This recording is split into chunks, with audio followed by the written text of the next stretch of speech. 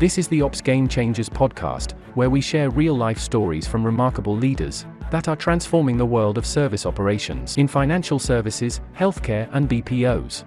In this series, we explore some of the key challenges faced by service operations as they strive to deliver more capacity, more productivity, and more business impact. In each episode, we delve into how these Ops Game Changers have addressed a key challenge or issue. Our guests share how they went about unlocking significant value, adopting best practices, and experiencing some game-changing results. Hello and welcome to Ops Game Changers, the podcast series that shines a light on the crucial role that operations teams have on driving business performance, improving staff and customer experience. So my name is Bhavesh Vaghela. I'm the Chief Marketing Officer here at ActiveOps, and in each episode I'll be honing in on a particular KPI or a particular challenge that a business has solved. I'll delve into how they went about doing this and explore the outcomes achieved. Now, one of the biggest challenges faced by operations today is building a flexible operating model that is able to meet demand. So today I'm actually delighted to be joined by John Gilbert, who's the Transformation Director at Atlanta Group. In this episode, we're going to focus specifically on how Atlanta went about building this flexible operating model across a number of their household insurance brands. So let's start with a little bit more detailed introduction of you, John, for our listeners. So before we jump into Atlanta Group, tell us a little bit about how you ended up in operations. Yeah, sure, that's fine. I actually started my career in manufacturing. No way. And I was there for a very short time. I moved quickly into financial services, where I took on a number of different program and project roles. I got my first ops leadership role at Egg, which was the internet bank formed by Prudential, and that got me hooked. And ever since then, I've been in and out of ops roles of various shapes and sizes. Fantastic.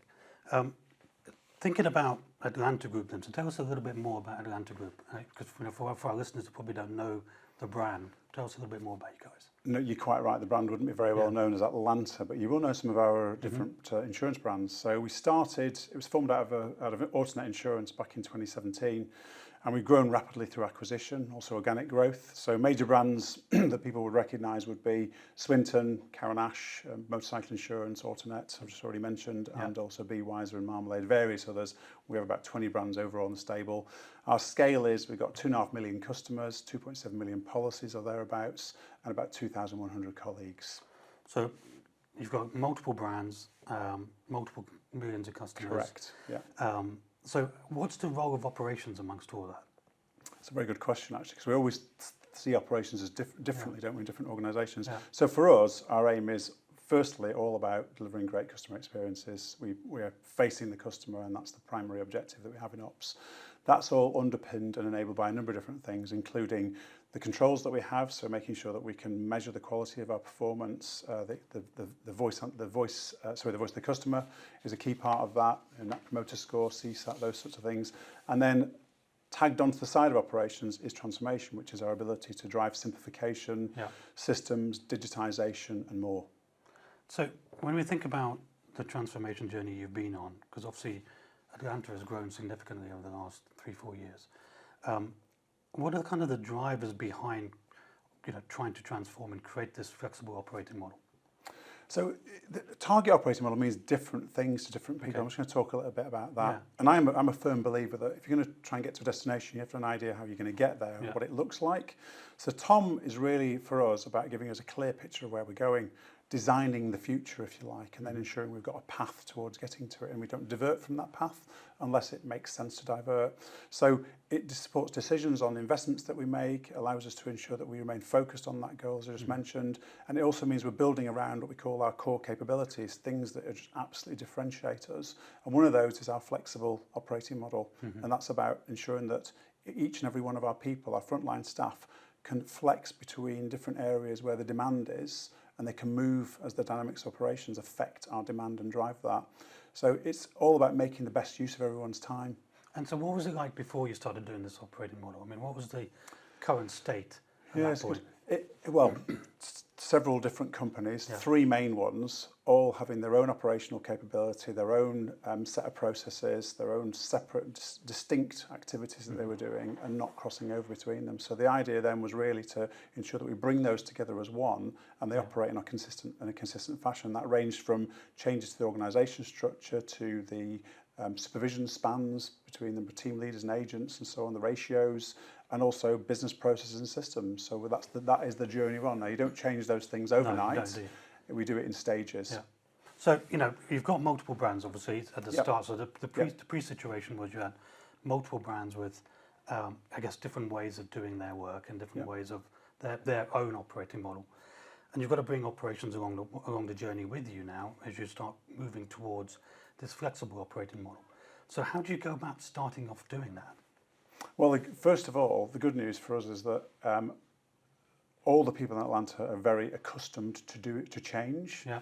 So we don't stand still for very long. So that's a fantastic environment to come into, and it's a privilege to work in an environment like that. When you get used to in other organisations, I've come out of banking and investment banking, there being more resistance. So the first thing is to make sure that you bring everybody along the journey, and that means they've got to understand the direction that we're taking. And that's why, as I was saying earlier, the TOM describes where we're going. We can articulate it, we can describe the capabilities, we can talk about the gaps and things that we want to work together to fulfill.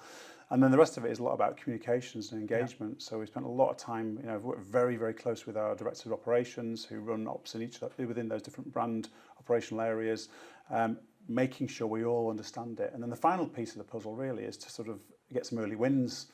So you've got to be able to prove that the benefits are there and do it beyond doubt. So it's literally that baby steps. Once that's underway and you've proved it's going to work, the rest of it begins to flow, and it's about then just staying on that journey and every year continuing to modify and just check in and make sure we're still on the right path. So it sounds like you've got people in the organisation that are, I guess, geared towards change. So that's a great start in terms of being able to do that. Did you have to, you talked a little bit about the communications, a lot of comms to help the individuals go through that process. Are there any other things that you can think about that you put in place in order to transition the ops from being siloed into being more of an operating model? It's mainly about program delivery. So we built plans around each and every one of those components. We worked with the key people throughout those journeys. We involved people in the design and the delivery, and effectively worked to a plan to execute and deliver against those things. That's been the primary way in which we've achieved and we've moved forward. But continuously checking and making sure it's delivering on the KPIs, the results that we're expecting to get, so we stay on track. So I guess as part of that process, that you would imagine that something like data becomes a very critical factor towards driving that change as well. Yeah. So making the teams more empowered, perhaps, as well as kind of driving those KPIs across the different key KPIs that you have as a business. So did you have that data infrastructure in place, and how did you evolve that to make that more visible across the business? Yeah, you're right. Without that, we can't prove it. Yeah. Had a pretty good starting position. My colleagues would say, "Well, you can never have enough data, can you? No. You always want more data." And I'll be honest. I think it's always depending on how much you need, and when you want to delve in and get below the surface, it takes time to get that. So at a high level, the measures are there. Probably one of the biggest challenges I would say in terms of data has been making sure we've got all of the data points that allow us to prove the benefits that come out of it, because every single thing has to be validated and has to go through finance so we can show exactly where the benefits are. And also, of course, primarily the customer measures sit within there as well. So we've got to make sure that we're seeing movement and forward motion around, like I said earlier on, the quality of the service that we're delivering, and also the way the voice of the customer is moving forward as well. And that's got out of the many different components of the transformation program. Completely. So one of the things that I think fascinates me most about the Atlanta story is the fact that, I guess, being a marketeer myself, I kind of think about it from a point of view of multiple brands, and you've got to deliver against those brand values for each of those brands, while having a standard flexible operating model, which is sometimes at odds with delivering the value to the brand. Yeah. How do you maintain the brand essence of that brand while having an operating model? That's an excellent question. So the temptation is, if you just separate it into two different types, we've got commoditized activity, so a standard motor policy. We've got multiple brands that sell standard motor policies. And then you have other things that are a bit more niche, like telematics or black box technology that we use in there, or maybe some elements that are more emotive, like our pet insurance brands. So we're trying to do several things at the same time. One of them is drive that standardization, but the thing we have to be very, very careful with is making sure we don't lose sight of what is the unique proposition that each of those brands has. Of course, So that's a challenge, because when you start pushing things onto common platforms, common processes. It looks, it doesn't matter if you're sort of talking to somebody who's a Swinton customer or a BeWiser customer, for example, on motor. It could appear very much the same. The key is to ensure that we understand those differentiators as we're doing that. They're relatively minor in the commoditized world. But when you talk about specialist areas, we have to keep a very close eye on that, because we're not acquiring companies to make them all exactly the same, of course, and give them and pour them into the same market position. It's about maintaining their market position, but at the same time driving improved service, efficiencies, and other benefits that come out of the transformation program. So I guess as part of the operating model, though, you've got, your back office team or the administration team administering for different brands. So you're absolutely right. There's the changes from whether it's a generic policy versus specific policy, but also from a human perspective and an employee perspective, they've got to be able to switch, haven't they, between one brand and the other. They do. And they're obviously very skilled at doing that, but it's not an easy thing to do. So how does that? How do you make sure that happens within this kind of flexible operating model? Well, a number of things. So we've got to make sure the journey to competence, the route to competence, is consistent. So for instance, we got two main policy admin, three policy admin systems, and they differ. So actually, if you're trying to train somebody to do one product on one system and another one on another, it's very, very difficult because they're switching between systems. Exactly. And that doesn't work. So a part of our target operating model is to move towards a single policy admin system for our commoditized business. That's really important. That means that at least they're using the same kinds of screens. Then you've got the processes that go with that, and then we have the agent guidance that guides them towards how to deliver. And that's where the differentiation happens. You give them the information to allow them to operate and recognise the difference between one brand and another.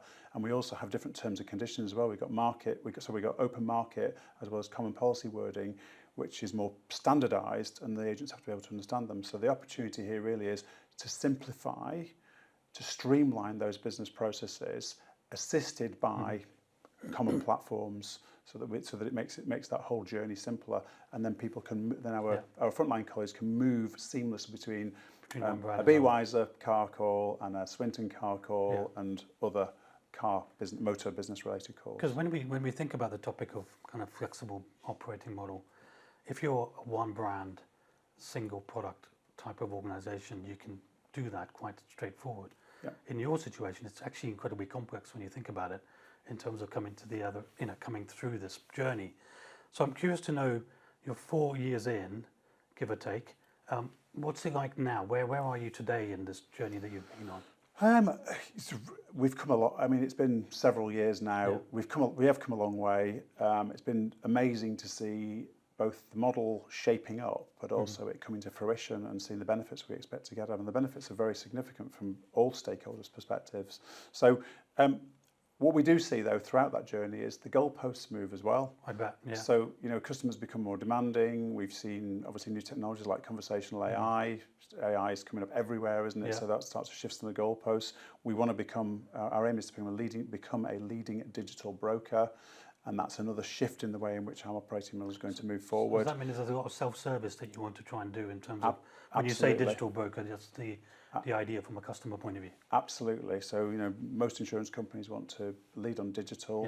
It's more convenient for customers. They can service 24/7.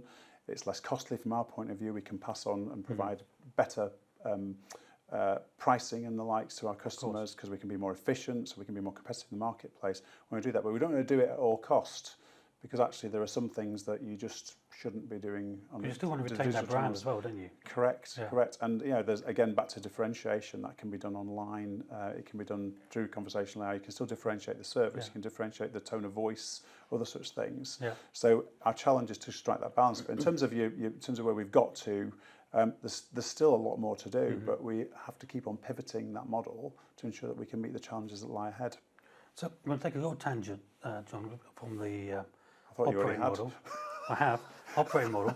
But the tangent is around AI. where I am on my Don't worry script about anymore. that, but the AI bit is quite interesting. So you mentioned AI, conversational AI. I've been asking all the guests that I interview what their view on AI is. What's your view on AI in ops? What do you think is going to happen?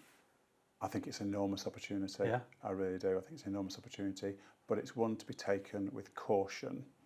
So firstly, don't try and digitize your existing journeys, because you should never be pushing the work onto the customer. you've got to, it sounds cliche, but you've got to reimagine the journeys, simplify them so they can be performed properly and easily by the customer. If the customer feels that they're more frictionless, if you like, they will land far better. The second thing from an AI and conversation AI perspective is, for us, that's a huge opportunity. A big proportion of our volume comes in through the call centre, and actually that's an opportunity to allow customers to service by voice, but using AI bots, which can run in any sequence whatsoever. There's very few dropouts, and the learning and understanding we get from that is going to be absolutely massive. But baby steps again. So we will start down that journey. We're on that journey already. We would start with very simple things that can then be modularized and build up from there. That's really, really key.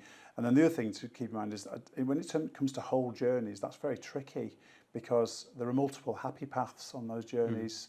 And I think you have to recognise the fact that that's the case. And you can't, even with a very clever learning AI bot, you still can't always satify them. You still need to be able to kind of route them to a human who's going to be able to solve that problem. From time to time, but I think the other thing as well is you should, if you're going to route from a bot to a human, it's got to be seamless. You've got to make sure the customer knows that they're talking to a bot versus human, because the behaviours are different as well, aren't they? Because if you're talking to a bot, you can dispense with the niceties. You can be very, very efficient and curt. Whereas I don't think most people would want to do that if they were talking to a human, because it's discourteous.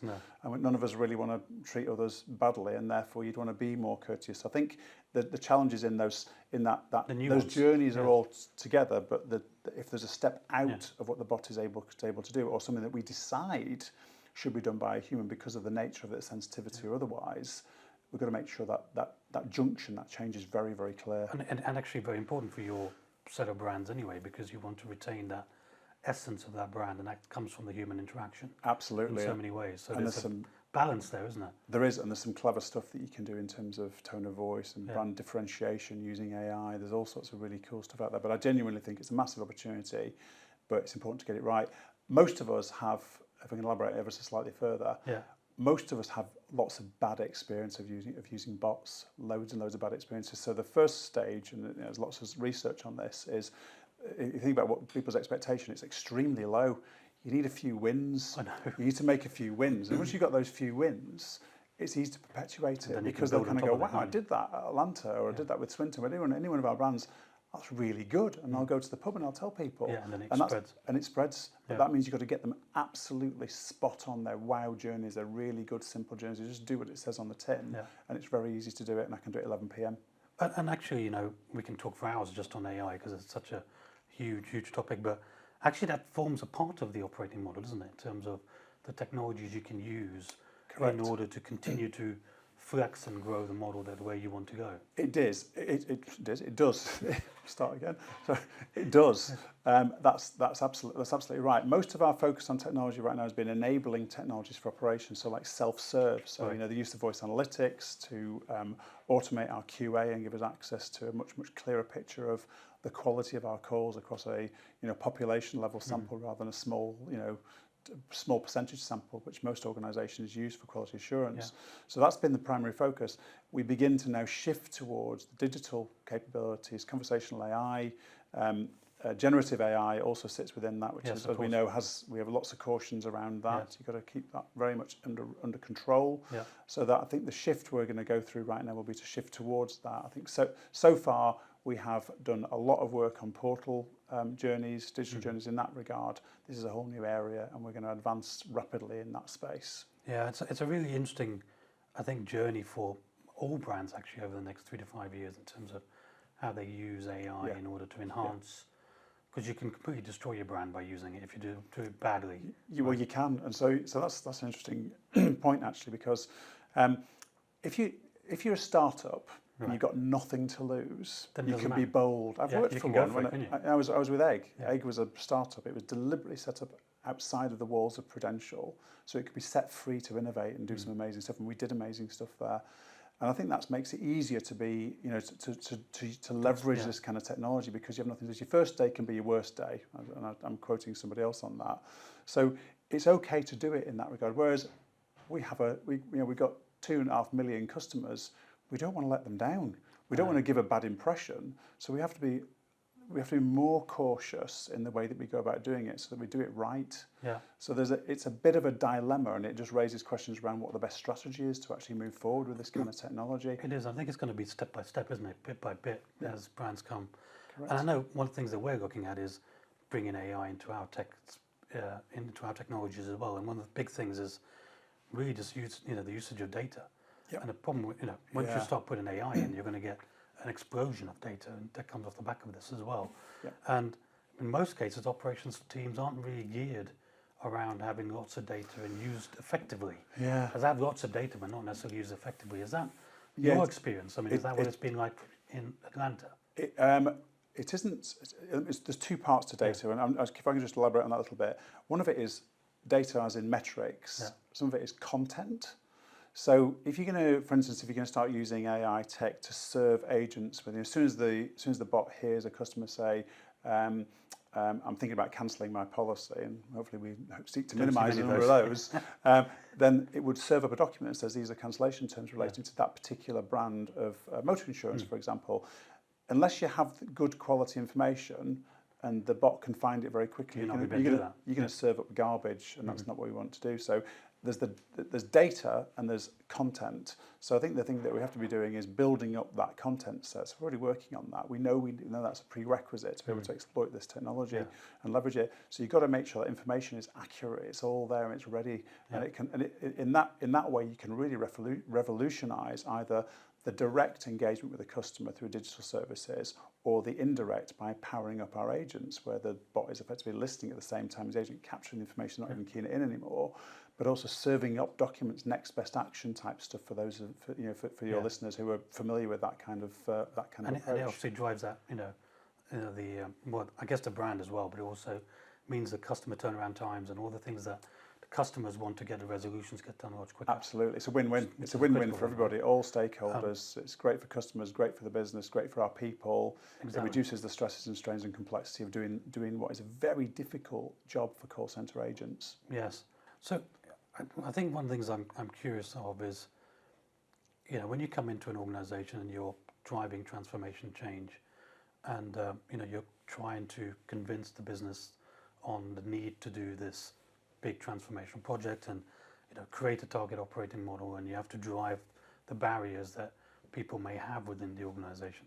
How did you personally go through that journey and convince people along the way, or was it relatively straightforward once you were able to do that? Were there any kind of anecdotes that you can share about the kind of things that you had to do to get through it?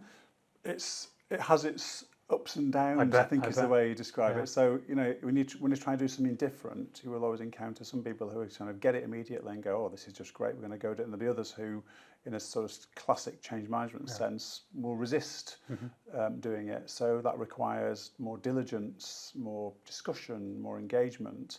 I'm happy to say that, across operations, everybody's engaged in it. So we've got an operations leadership team. Everybody's behind it. We all support it. We build it together, and that means that there's great camaraderie. We all got the same goal in mind, and that means that as each year goes by or progresses, we're doing it together. Yeah. But you need technology on board as well, which has been a very core part of doing this, because we need to be helped over the line with implementing technologies like ActiveOps as a classic example, which forms part of our operating model. So that has to happen, and then you also have to take the people on the journey, and that means that efficiencies have to be realised, and we have to be effective and cautious about how we realise those benefits. And in a typical operational environment, attrition's a bad thing, but it can also be helpful in the sense that you can make adjustments to numbers through attrition, just by adjusting your recruitment, and that's been the major way in which we've delivered our benefits and taken them straight to the bottom line. It's a really quite fascinating journey you guys have been on. I mean, a lot of hard work and effort to get to this point. If you look back, what's your proudest moment?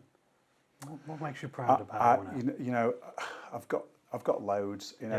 From seeing people adopting and working the new way when we've changed our way of working, and again, ActiveOps has played a massive role in that. But other areas where we've changed our ways of working, and you sort of see people across operations working in a different way, adopting and embracing these new ways of working. and then you see the numbers shifting and moving in the right, not in the right direction, but strengthening. That makes me very proud. I'm a very much results-orientated sort of guy, so I like to see that. But above all else, I think just the satisfaction coming from and get the engagement we get from all levels of management and also from the front line as we evolve our operating model together as a team has been amazing. So within that, met numerous proud and some moments where it's not gone quite according to plan. Yeah.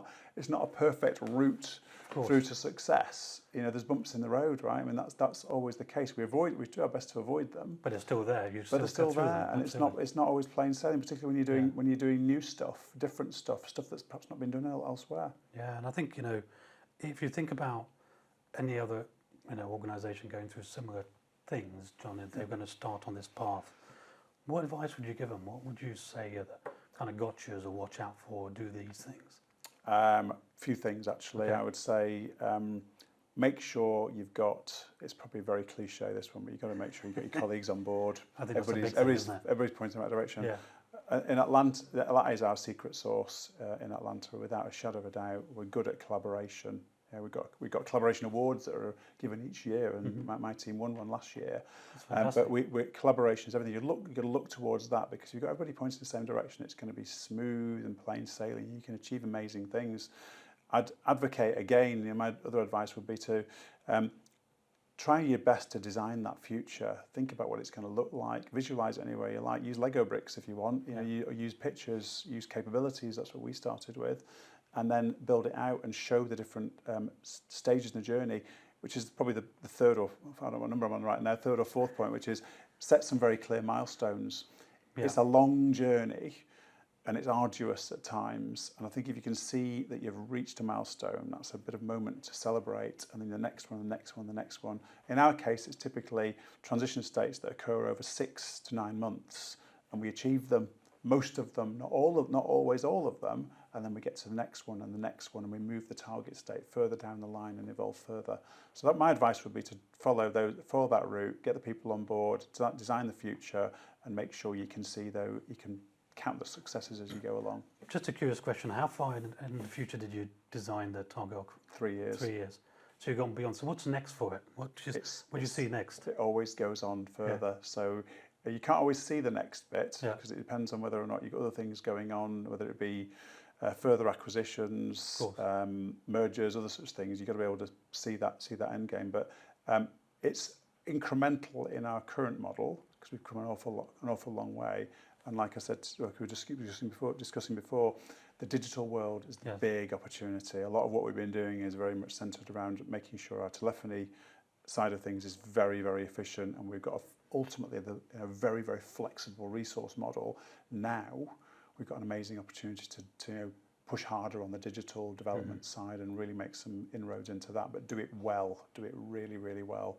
I don't want to repeat I don't want to have any experiences in Atlanta that I've had myself through dealing with companies, utilities, those sorts of things. That it's just not good enough. It can be an absolute nightmare, can't it? Correct. And it destroys. We're going to do it right. We're going to do it right. We're going to have those wins that I mentioned before, and that will drive us forward and encourage us to do more. And the final question I was going to ask you was around a view of the future of ops. I mean, we've touched upon it during the conversation. We talked about AI. You talked about digitization as a big area. Do you see those are the two things that you'll see the focus over the next 3 to 4 years for Atlanta, or for operations generally? I think they can be used very widely. Yeah. My primary focus has been on operations, but I can see many. We've got a collection of use cases that leverage AI technology, AI bot technology, whether it be conversational or Gen AI bot technology, to allow us to do lots of cool stuff. Whether it be conducting analysis, automatically generating code, all sorts of things like that. There's loads and loads of opportunities. Again, cautious baby steps, prove the worth, and go from there. The big opportunity. The danger is, I think, that the temptation in some cases will be to go too quick, and it'll accelerate itself once you've got some wins, and you'll be able to refine that model. But I think AI is really interesting. Everybody's talking about it. We're all very fascinated by it, and I need to see. I talk to suppliers who have used ActiveOps are using AI, others. don't see as much in terms of the actual results coming out yet. Lots of That's a very talk good about point. what we're going to do rather than what we have done and what we've proven. And actually, there's AI is not new. It's been around for many, many years, right? So it's absolutely. not new in that sense. Exactly, Of course, decades. yeah, I mean, and generative AI is obviously different in terms of conversational AI with a machine, but so there was an element of that, and there will be an element of that will drive adoption within all different parts of businesses, but also operations. But I think, the essence of it has to be, it's got to add value to what you're doing as opposed to replacing something. It's got to drive some additions and deliver something that's going to be, supports your brand and what you're trying to achieve, rather than just doing it to cut cost out. I think that's probably the traditional operations mindset is to cut cost down. I think it's going to have to be a little bit more balanced than that, I think. I just come back to the key stakeholders. Yeah. Customer is number one.